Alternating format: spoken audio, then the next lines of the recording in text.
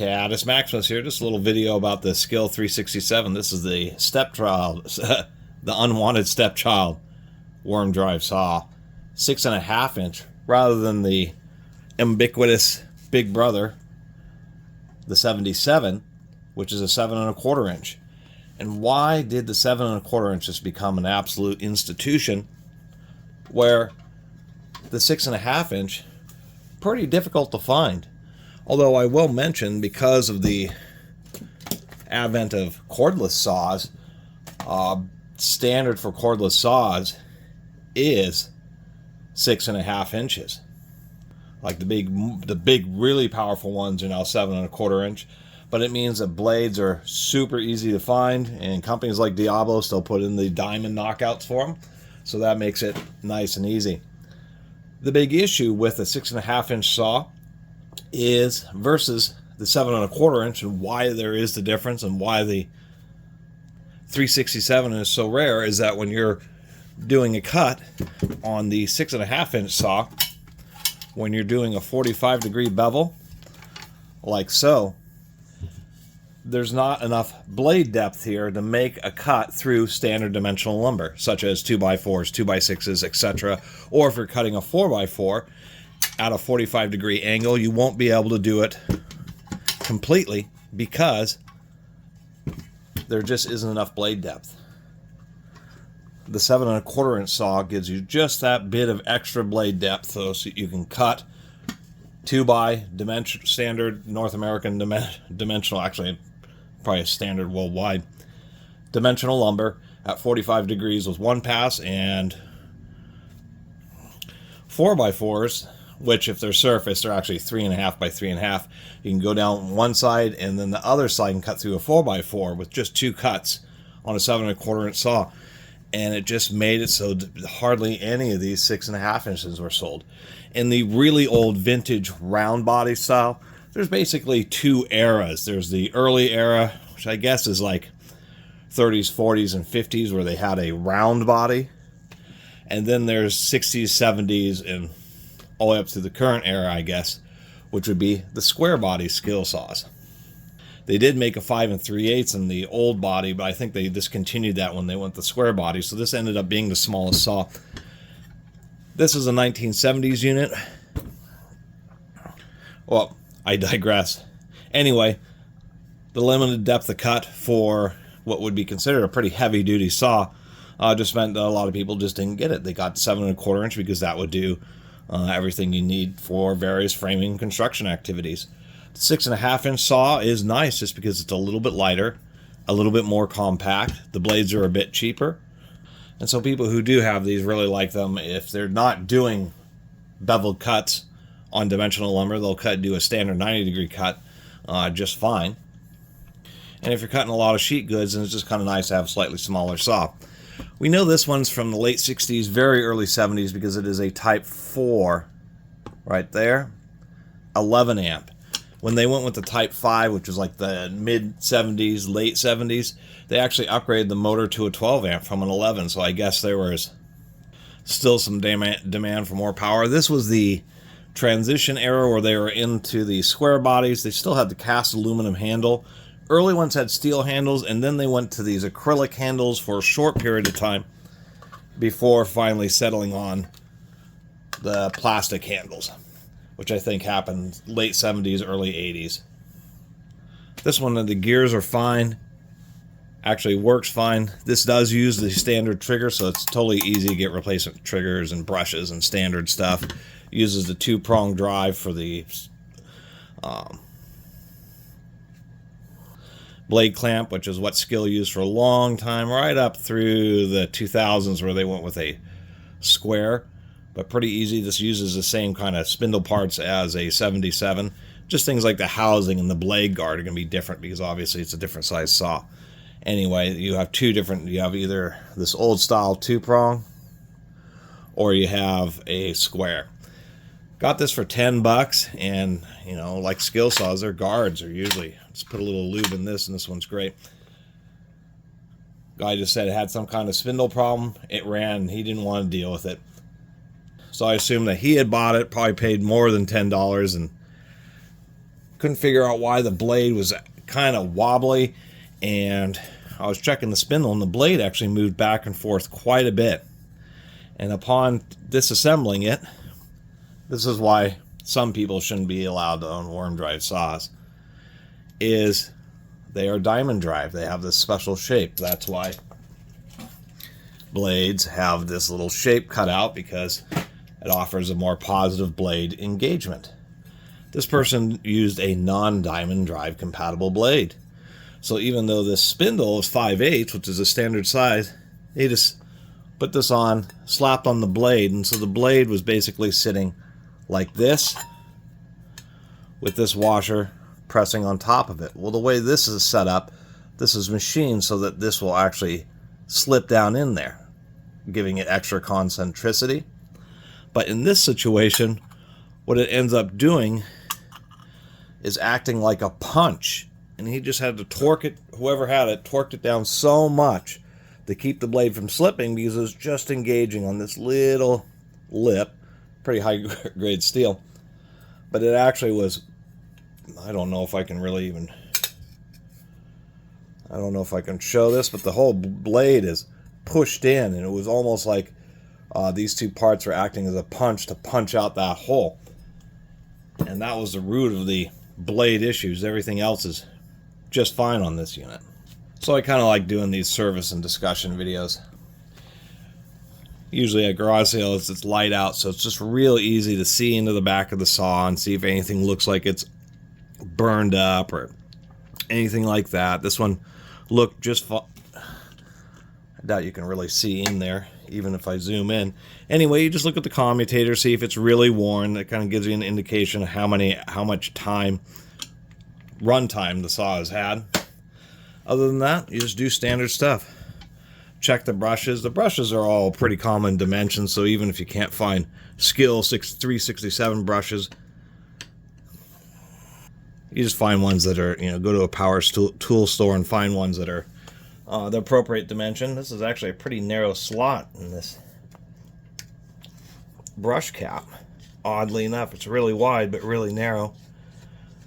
But one of the reasons to check the brushes, even if it works, is just to blow dust out of there and making sure the brushes can move smoothly. One of the things that actually causes commutator wear is where brushes get gunk built up into them.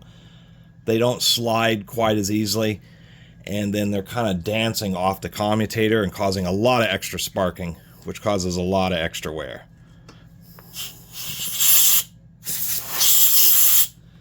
Old school one, all machine billet brass brush guides help deal with the extra heat. These brushes are at a point to where they're fine. You could replace them, but it's really not necessary. This is still more than half. And you want to put the brushes in the same orientation that they came out, because they kind of tilt a little bit, and so you'll have a wedge. You'll get a bunch of excessive sparking if you put them in backwards. It'll only be for a short while, but nonetheless, it kind of has an asymmetric wedge as they break in, and so just want to pay attention to the orientation. Now, a lot of times on these older saws, really the outside doesn't really dictate quite exactly how many cuts that it's done, and that's because it's a saw. A lot of it's just very short period intermittent cuts, with a lot of being dragged around the job site and banging around the garage. And something like this, built in the 70s, I mean, think about it, it's probably 50 years old, and so we have all sorts of dings there. Actually, it's not that badly dinged up. Usually there's a bunch of wear up here. Not a ton of wear there, but we can see a whole bunch of wear on the side of the motor here, right there in the gearbox. And that's just from being kicked around for literally decades. Other things to do is, like, this lever is getting pretty low and may start to interfere when you tighten it. So we may want to adjust that, which is pretty easy. All you do is, oh, that screw wasn't even tight. Pull out the screw.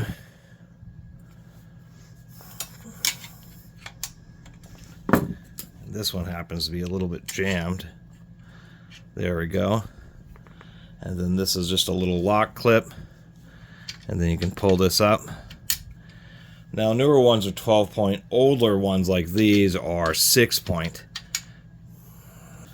So there's just not a lot of available positions. So you just change the position. See if you can adjust that pretty easily if you can.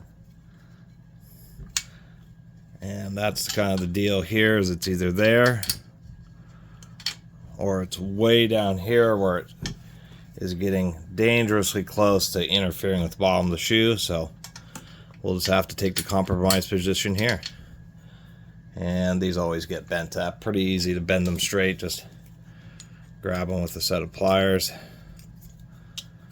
Maybe ones that are sized a little more appropriately.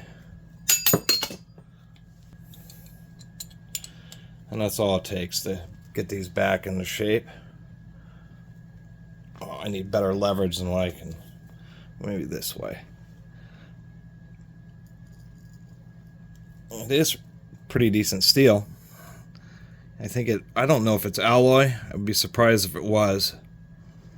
But they generally made these to try to prevent them from getting bent too easily. And do the same thing to the front one.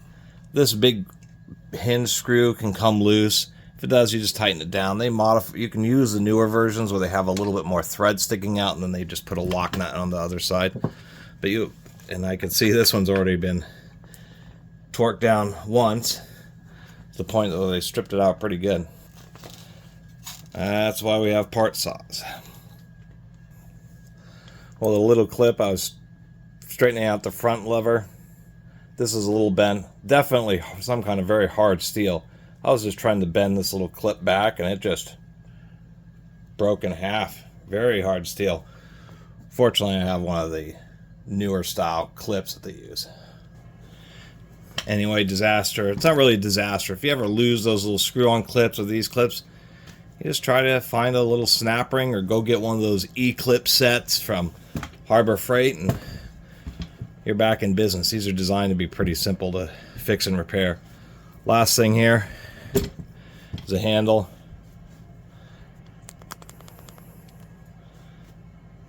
Missing screws, mismatched screws. This cord end has probably been on there since the 70s. Not the safest. I'm going to put on a different cord end. The cord has been replaced recently enough to where it's in decent shape. Strain relief is failing. I'm just going to cut off this little portion of the strain relief, and then the little tip is that you just take a zip tie and zip tie right around the remaining portion, and that will help prevent it from splitting further on up. But whenever it's been serviced, what I found with these tools is you got to take a quick look inside, because you don't know how, this thing could be, since it has metal handles, if they, one stray wire away from getting the tar shocked out of yourself. So it's always kind of a good idea to, I don't even know if those are all the right screws, to take a quick look at the wiring and make sure it doesn't look too messed up. And then of course trying to make sure that you have all the screws in there.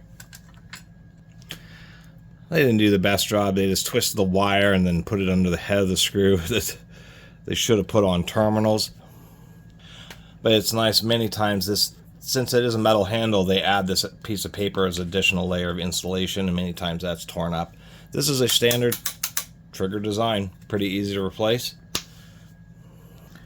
Do see one common mistake is not pushing the wire in far enough, so it's not actually being grabbed by this little nub.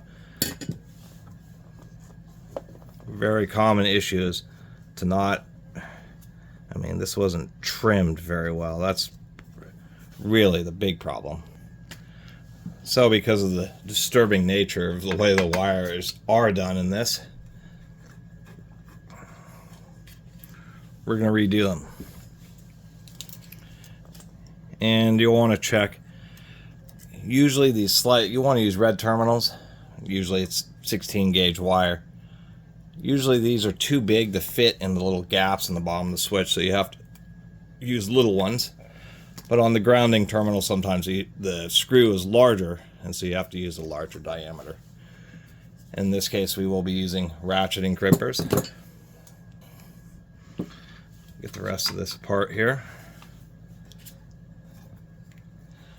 These screws, either they work their way loose, they weren't loose, but they're not they don't feel like they're torqued, but that just may be due to thermal cycles over years and years. See, the original motor wires do have little terminals. Might as well make sure that these little screws are nice and tight, which they are. Hard to see, but the real issue with just using the bare wire like they've done here is the fact that those same thermal cycles, particularly around the switch mechanism, which is dealing with the load, is you'll put pressure on it and then just a few thermal cycles and it'll compress and release, and then these wires just won't be held very tight. Allows humidity and stuff to get in there and start some corrosion, and it really hurts conductivity and actually causes big voltage drops and the motor to run hotter. So the wire itself is good, it just needs to be properly dealt with. Just clip them. Really supposed to have the cord cut. Still got a little furry there. But you want to cut all that junk off and have it pretty squared. That way you can push it in and have a good bite with the cord pinch. And I don't know what size these really need. Don't need much stripped. Whoop, that's going to be too big.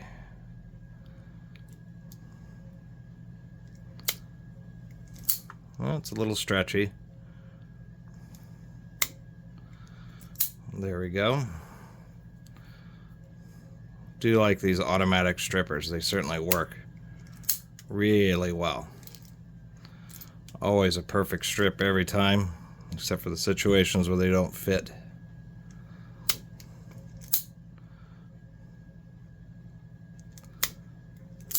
There we go. Finally got that all together. Cut that out of the video because it's probably too long. But you want to have squared off insulation so it fully seats, and then you get a good retention with the cord pinch. Easy as pie. Always fun. I take apart a lot. Always fun trying to find fasteners. I always keep fasteners and stuff I take apart, so I was able to find a mishmash of screws. None of the areas were actually stripped out, so that was kind of nice. Now for the old cord end. Surprisingly enough, they did solder or tin the wires before they put them in the cord end, which does help some, and it is better than just having the bare wires. These type of connectors are designed to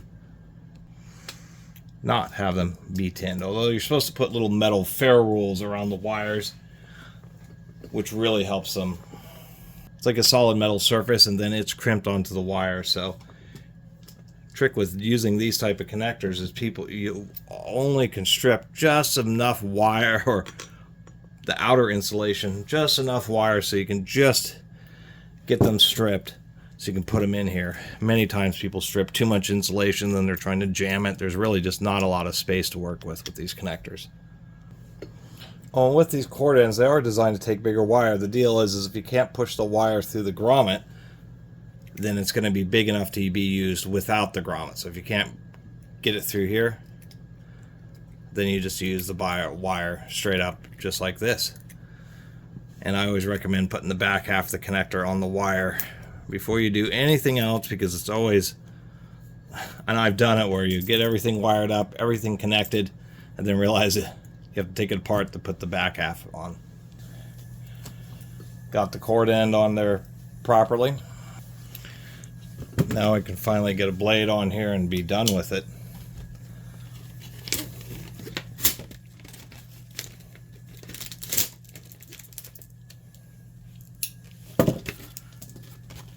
Anyway, that's why these tools get into this service. It just takes a little bit of time, and if you don't put a little bit of effort into them, then those little issues like the problems with the wires start causing the motors to overheat.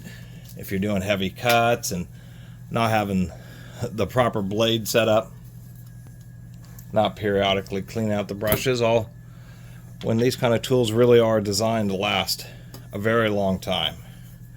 And you don't have to knock out on the Diablos. On the Diablos, they're twist out. that wrench.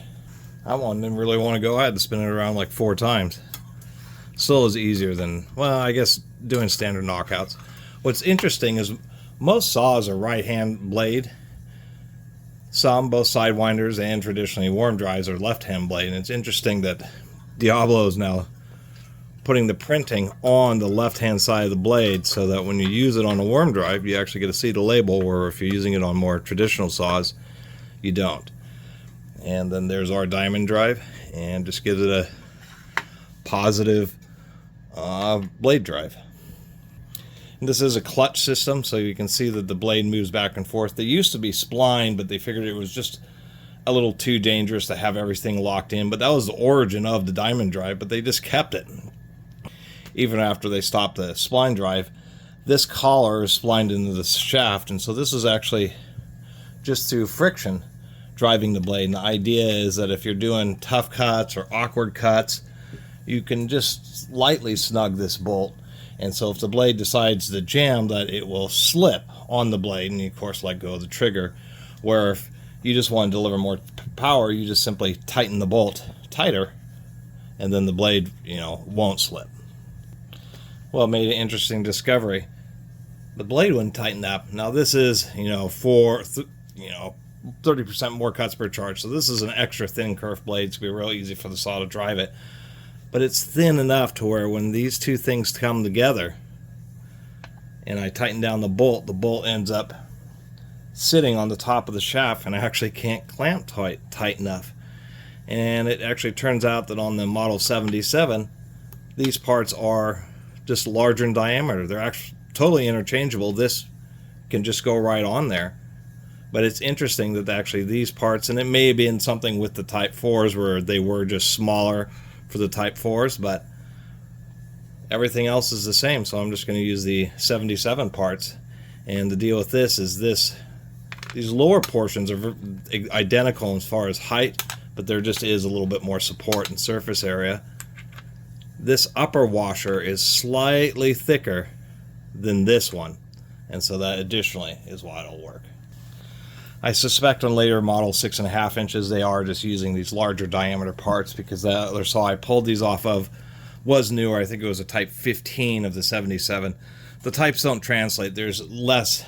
A type is like a software revision every time they make a little change or a modification, so you can keep track of exactly what parts you need for the particular generation of saw.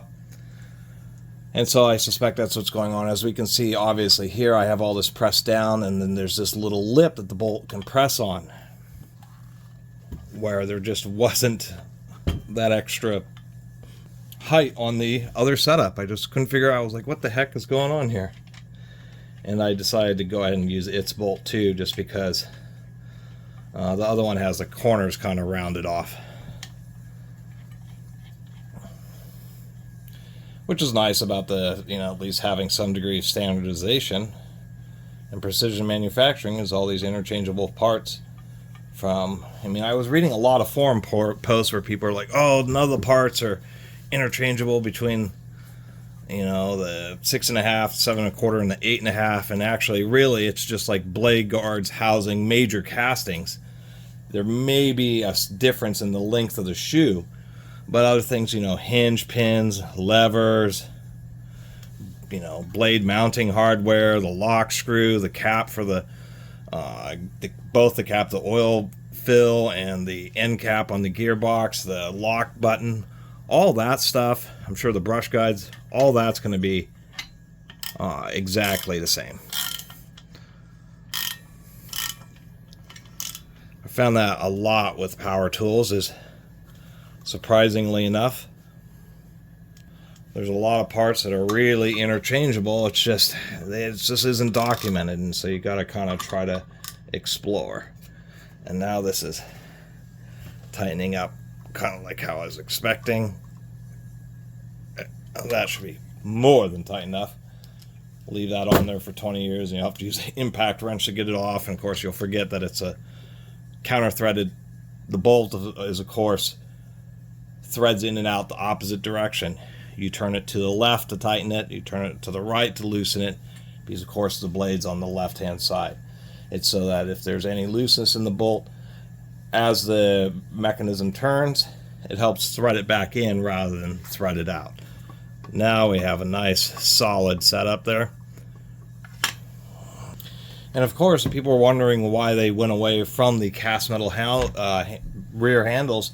It's actually a very good thing that they did, because when these saws fall, there's quite a bit of surface area. The upper blade guard can break, but it's really pretty robust. The shoe can get bent, but it's the top handle and the rear handle that often get broken. And when it's one-piece cast like this, if this rear handle breaks, and I was noticing there's just a tiny little hairline fracture, like something got dropped on it, this handle breaks, you have to replace this entire motor housing rather than just the handle itself. So that was actually a good thing. Just because it has a cast metal handle does not indeed make this, you know, a better saw, quote unquote. It actually, the ones with the plastic rear handles are better, because you don't have to spend $100 to fix it if it breaks the handle. And that's my long video about the Skill 367, the older Type 4 11 amp motor. Type 5s have 12 amp motors. Otherwise, just a little bit more compact Model 70 version of the Model 77. Literally the same thing, just a little bit shorter, a little bit lighter. Great for when you're working with sheet goods. Really, you put like one of those 40 tooth blades on it, cutting rafters and stuff. Kind of a neat saw, but it's just a fact that you can't cut 2x or 4x dimensional lumber at 45 degrees with a 6.5 inch blade. You just need the 7.25 inch blade. And so it just made it a huge Achilles heel. And so just not very many of these saws were sold. But at least the cool thing is when you do pick them up, it's a non-issue. Blades are, because of the cordless revolution, blades are easily accessible, and being a SkilSaw, you can find, if it, as long as the gears aren't blown out and like the housing isn't destroyed or broken apart, you can get parts and spend a little bit of time like I did. And even I only spent $10 on the saw, but probably spent an hour, you know, with editing in the video, getting it all back in the shape. But it does sound good. It would actually had plenty of oil in it. It hadn't been run as hard as that last SkilSaw that was used for cutting cement, where it had been so hot it was pushing oil out of the spindle. This certainly hasn't been run that hard. And really just a nice sounding saw.